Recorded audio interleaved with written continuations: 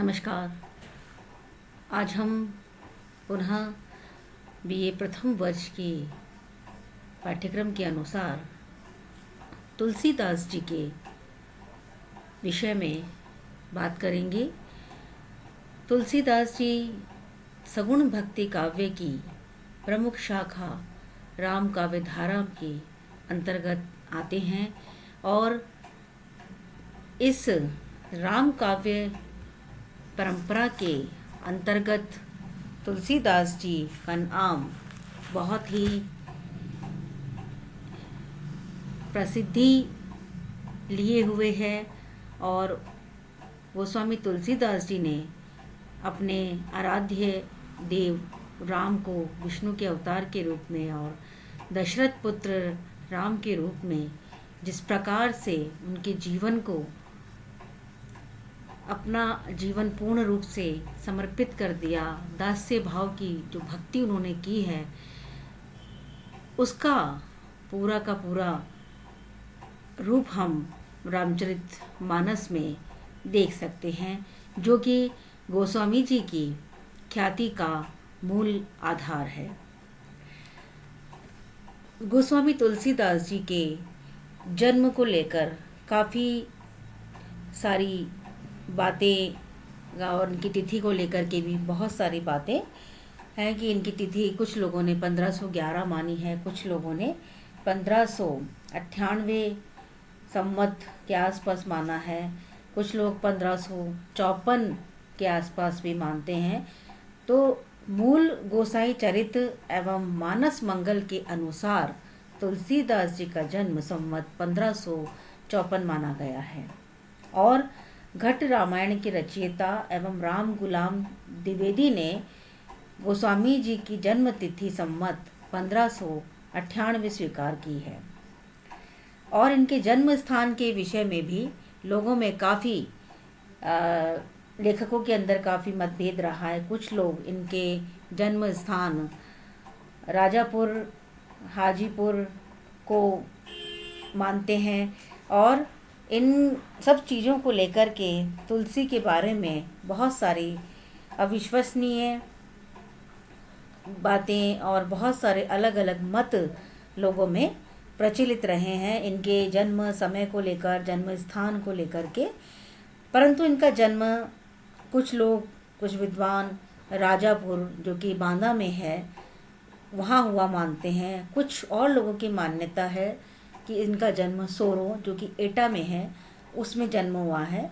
परंतु निश्चित रूप से ये जरूर हम कह सकते हैं कि ये सरयू पारी ब्राह्मण थे और इनके पिता का नाम आत्मानंद दुबे और माता का नाम हुलसी था। और तुलसीदास जी जाति से ब्राह्मण थे और इनके बचपन का जो नाम था वो राम बोला था। बाद में गुरु नरहरि दास जी के साथ में आने पर इनको तुलसी नाम मिला था।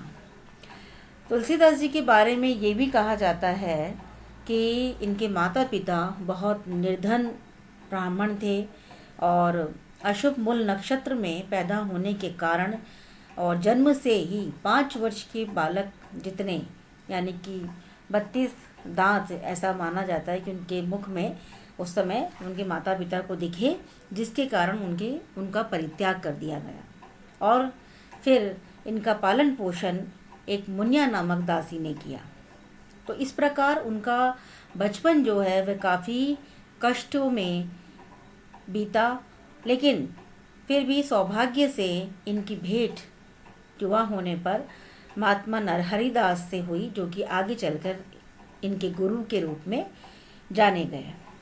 और पर्याप्त समय तक तुलसीदास जी नरहरि दास जी के साथ में रहकर उन्होंने तीर्थाटन किया और फिर उसके बाद सूकर क्षेत्र जिसे सोरों भी कहते हैं में उन्हीं से उन्होंने बहुत अधिक रामायण की कथा सुनी और फिर उनसे अपने गुरु से रामायण की कथा सुनकर पुनः काशी जाकर तुलसीदास ने शेष सनातन के पास विद्याध्ययन किया। किंवदंती के अनुसार ये भी माना जाता है कि जो इनका प्रारंभिक नाम था राम बोला, उसके बाद नरहरि दास जी ने ही इनको तुलसी नाम दिया और उसके बाद ही राम भक्ति का अंकुर उनके हृदय में उन्हीं की प्रेरणा से जगा था।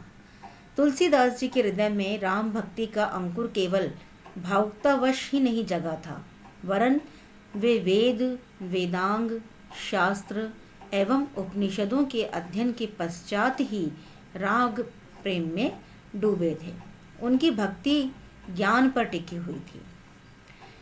तो ये उनके बचपन और युवावस्था की बातें। फिर तुलसीदास जी का विवाह दीन बंधु पाठक की पुत्री रत्नावली से हो जाता है और तुलसीदास जी अपनी पत्नी रत्नावली से प्रगाढ़ प्रेम करते थे और इसी कारण एक बार रत्नावली जब तुलसी जी से बिना पूछे अपने पिता के घर चली गई तो प्रेम आतुर तुलसी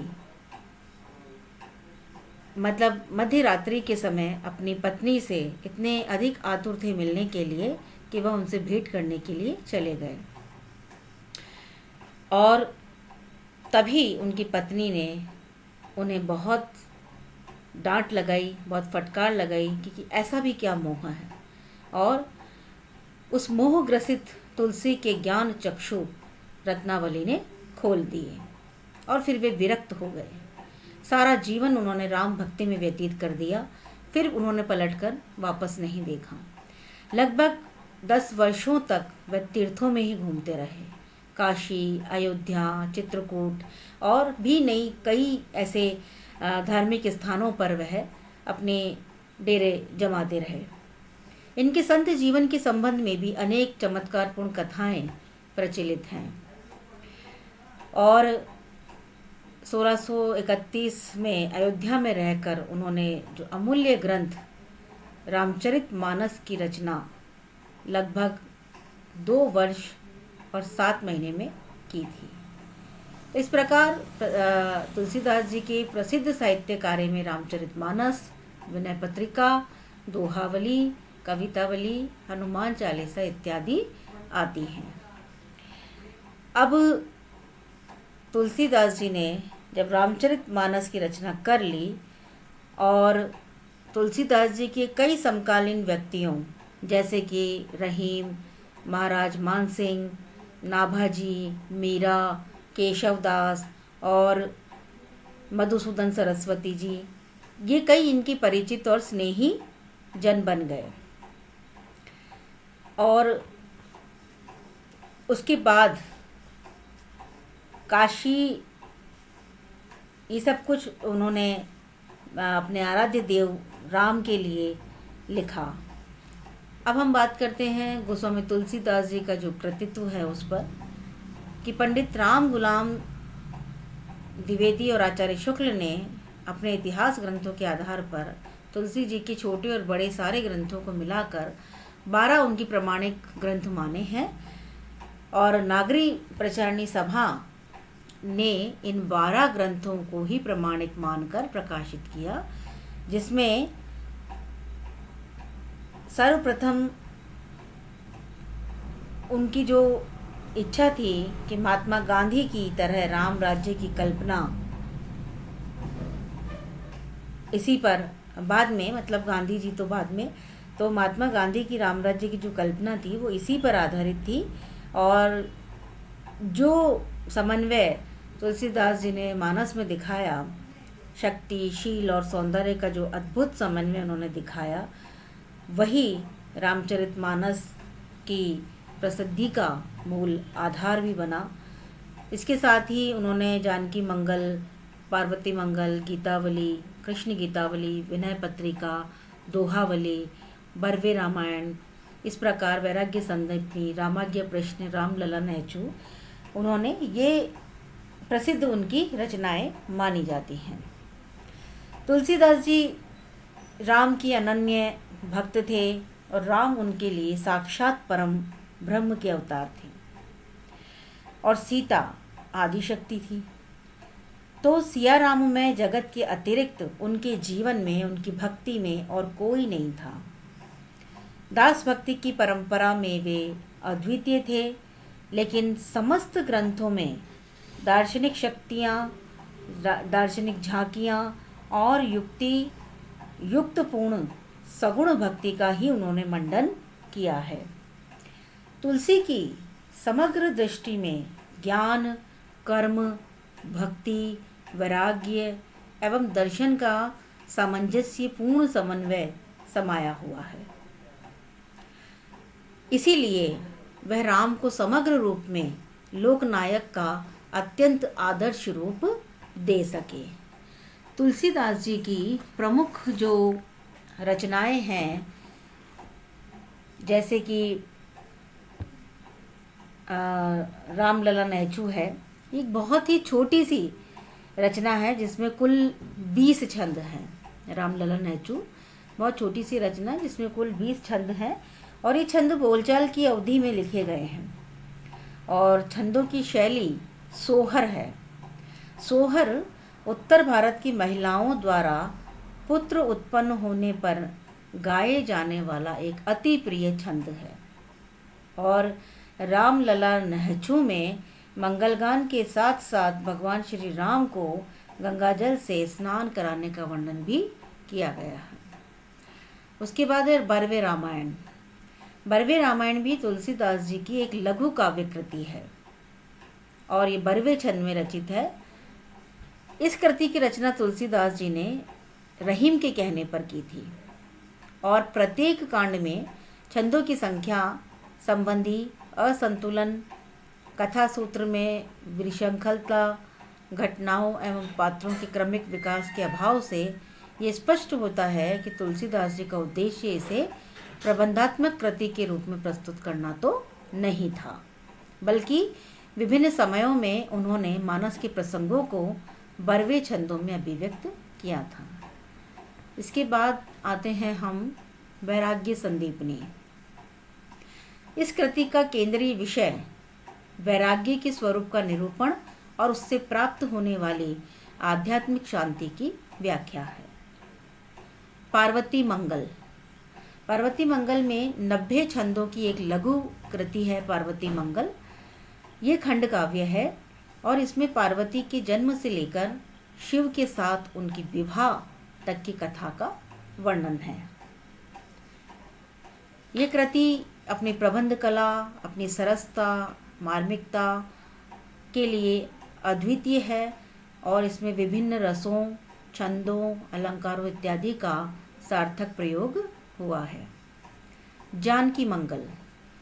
ये कृति अवधी भाषा में लिखी गई और इसके अंतर्गत 120 छंदों की एक सफल रचना है जिसमें राम और सीता की विवाह का वर्णन है और इस कृति की रचना महत्वपूर्ण मांगलिक अवसरों पर गाने के लिए सुगम गीतों की प्रस्तुति के उद्देश्य से भी की गई है। रामाज्ञ प्रश्न। रामाज्ञ प्रश्न गोस्वामी तुलसीदास जी ने अपने मित्र गंगाराम की सहायता के लिए की थी। इनके मित्र काशी में गंगा घाट पर रहते थे और इस ग्रंथ के माध्यम से उनका उद्देश्य भाग्य दशा और शुभ अशुभ पर विचार के लिए सर्वसुलभ आधार तैयार करना और राम भक्ति का प्रचार और प्रसार करना था। दोहा छंद में इसकी रचना की गई थी और ब्रज भाषा का इसमें प्रयोग किया गया था। इसी प्रकार दोहावली। दोहावली कथ्य और शिल्प दोनों ही दृष्टियों से मुक्तक परंपरा की एक अनूठी कृति है। कथ्य के स्तर पर इसमें बहुत विविधता है। प्रेम, भक्ति, नीति, आचार विचार, राम महिमा आदि अनेक विषय इसमें समाविष्ट हैं और ये रचना गोस्वामी तुलसीदास जी के बहुआयामी व्यक्तित्व का प्रमाण है और ये रचना ब्रज भाषा में लिखी गई थी। कवितावली। कवितावली ये गोस्वामी तुलसीदास जी की बहुत ही प्रसिद्ध कृति है। रामचरितमानस के बाद इसकी रचना कवित्त और सवैया शैली में हुई है और ये एक मुक्तक काव्य है। रामचरितमानस की भांति यह भी विभिन्न कांडों में विभाजित है और बाल कांड में राम की बाल रूप और बाल लीला की मनोरम झांकी तुलसीदास जी ने प्रस्तुत करने के पश्चात सीता स्वयंवर का भी विस्तृत वर्णन इसमें किया है। और सुंदरकांड में अशोक वाटिका में सीता की जो व्यथा स्थिति थी, उनकी जो उस समय की जो पीड़ा थी, और लंका दहन, हनुमान जी की वापसी, और फिर सभी वानर भालुओं का जो आह्लाद था, उनकी जो प्रसन्नता थी, उनकी जो प्रफुल्लता थी, तथा राम के शिविर में विभीषण के शरणागत होने की कथा का पूरा पूरा वर्णन कवितावली में किया गया है। और उसके पश्चात हम लेते हैं गीतावली। गीतावली ब्रज भाषा में रचित मुक्तक प्रगीत काव्य है। राम कथा पर आश्रित होने के पश्चात भी गीतावली युक्त गीतों का संग्रह है और इस कृति की रचना संभवतः तुलसीदास जी ने सूरदास जी के कहने पर की थी। इसके पश्चात हम बात करते हैं कृष्ण गीतावली की। इसमें कृष्ण की लीलाओं का वर्णन है। ये मुक्तक गीतों का संग्रह है और इसका प्रतिपाद्य कृष्ण की विभिन्न लीलाओं का वर्णन और सगुणोपासना की स्थापना है। कृष्ण गीतावली की रचना कृष्ण भक्ति परंपरा के अनुसार की गई। उसके बाद विनय पत्रिका। विनय पत्रिका जैसा कि नाम से ही विदित होता है, विनय करना, अनुनय करना, ये भी तुलसीदास जी की कृतियों में एक महत्वपूर्ण स्थान रखती है, जिसके आरंभ में गणेश, सूर्य, शंकर, दुर्गा, गंगा, यमुना और हनुमान जी की स्तुति की गई है।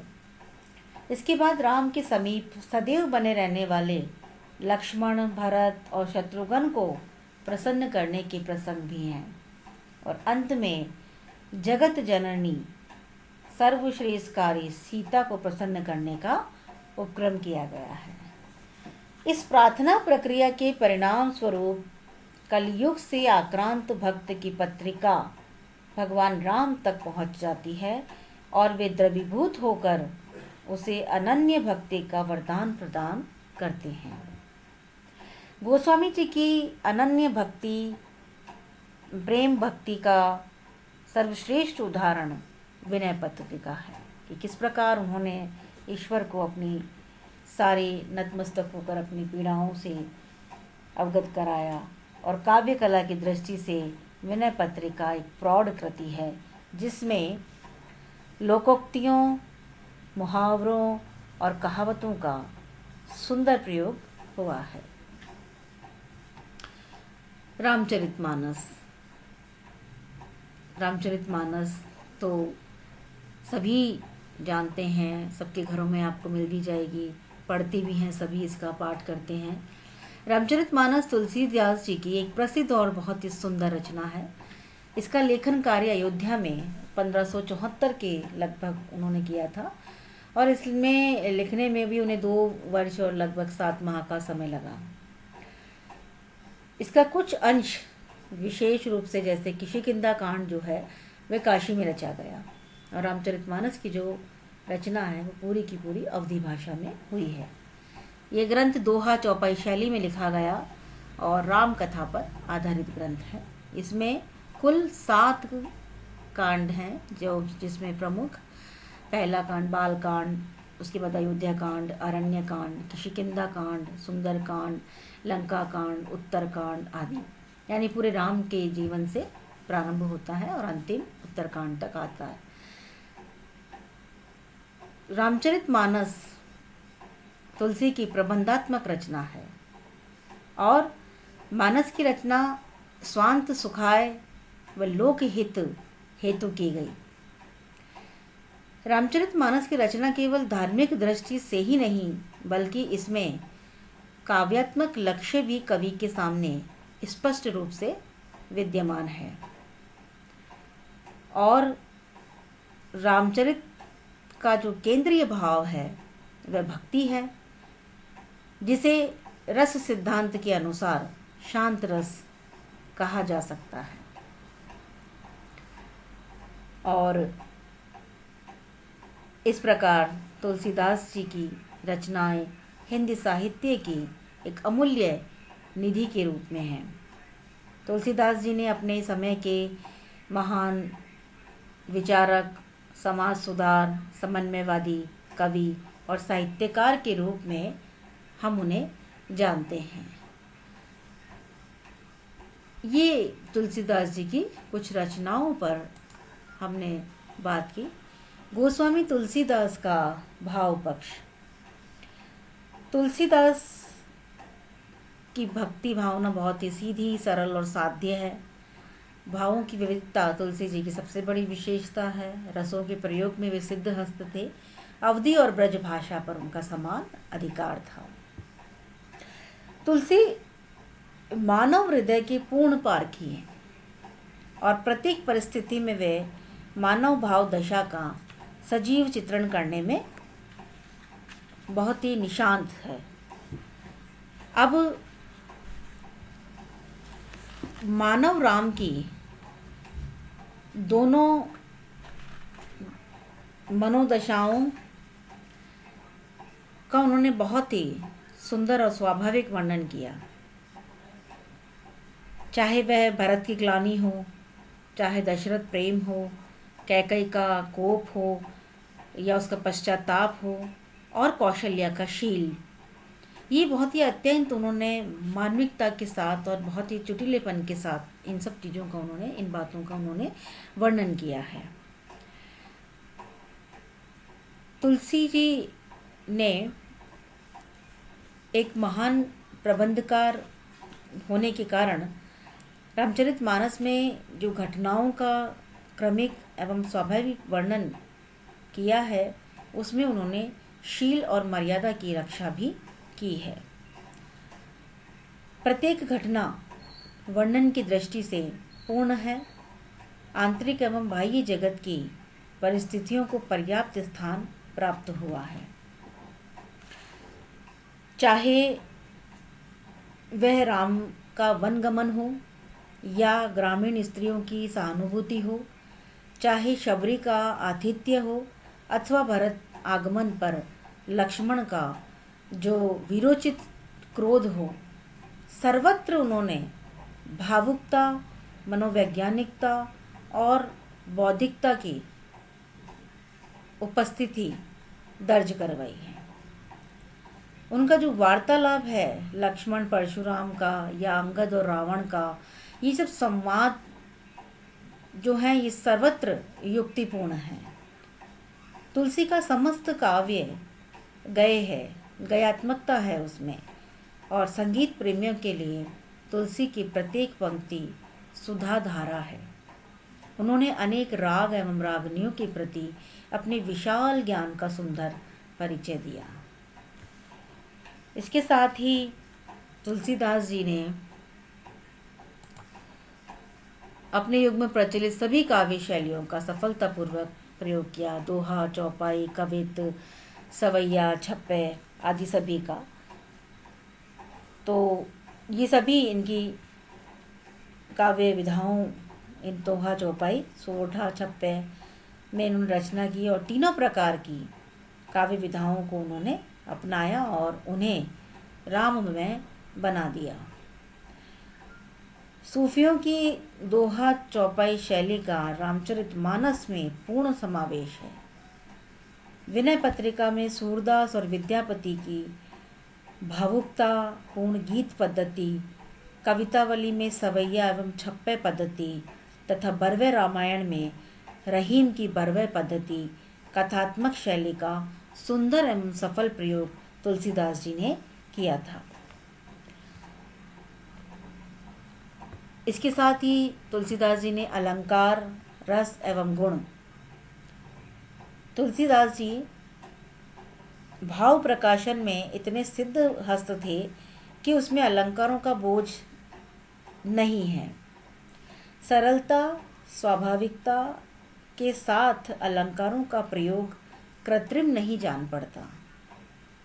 उपमाओं का उन्होंने इतना सफल प्रयोग किया कि वे ऐसे लगते हैं जैसे मानो रामायण के प्रत्येक पृष्ठ में हो। और इस पर अयोध्या सिंह उपाध्याय जी ने कहा कि उपमाएं साधारण नहीं हैं, वे अमूल्य रत्न राशि हैं। और गोस्वामी जी के काव्य में शब्दालंकार एवं अर्थालंकार दोनों का ही सफल प्रयोग है। तुलसी जी ने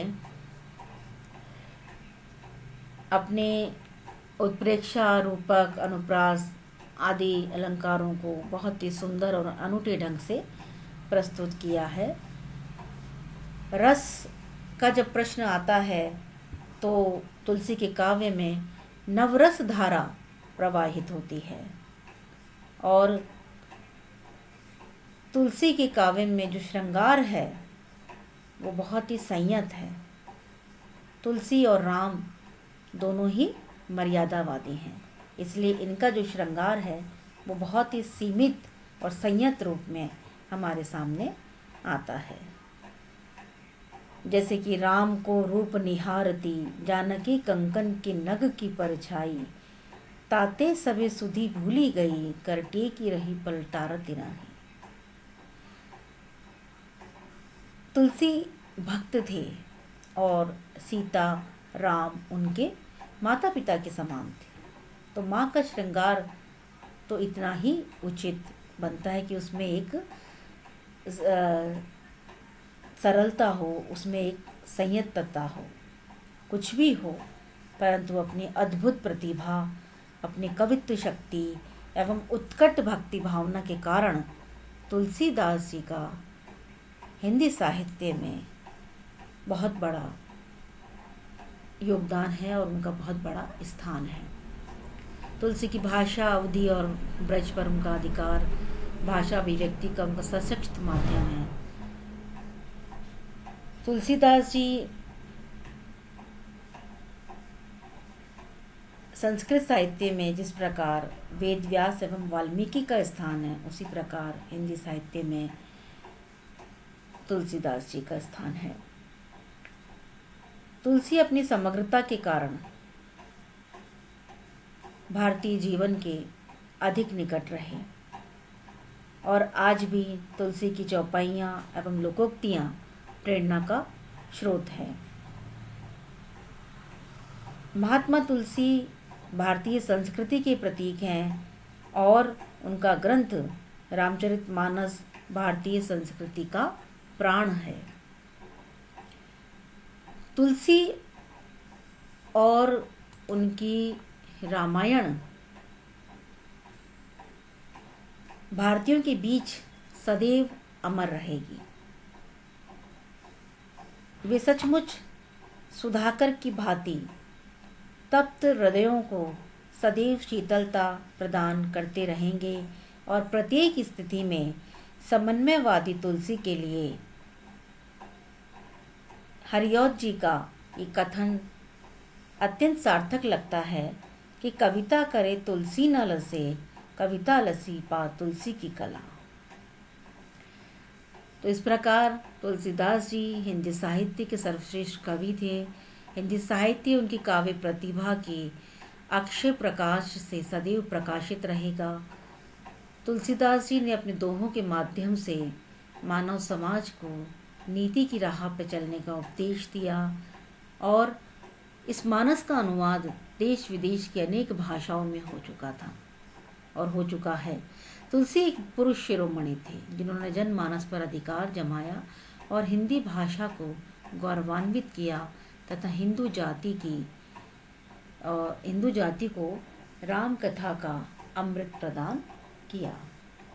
तो इस प्रकार गोस्वामी तुलसीदास जी ने रामचरितमानस जैसा राम में ग्रंथ लिखकर स्वयं तो अमर हो ही गए, हम सभी को भी मानस जैसा ग्रंथ पाकर हम सब भी आज धन्य हो गए।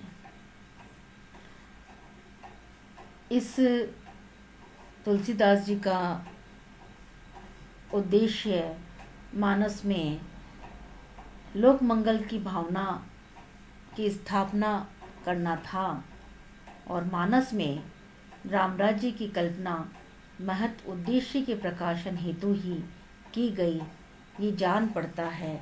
और आज भी हम उसी राम राज्य की कल्पना करते हैं और उसी को आगे लेकर के बढ़ते हैं।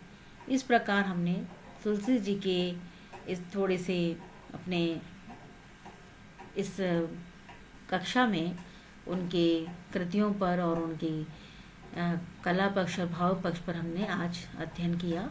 अगली कक्षा में फिर बात करेंगे। धन्यवाद।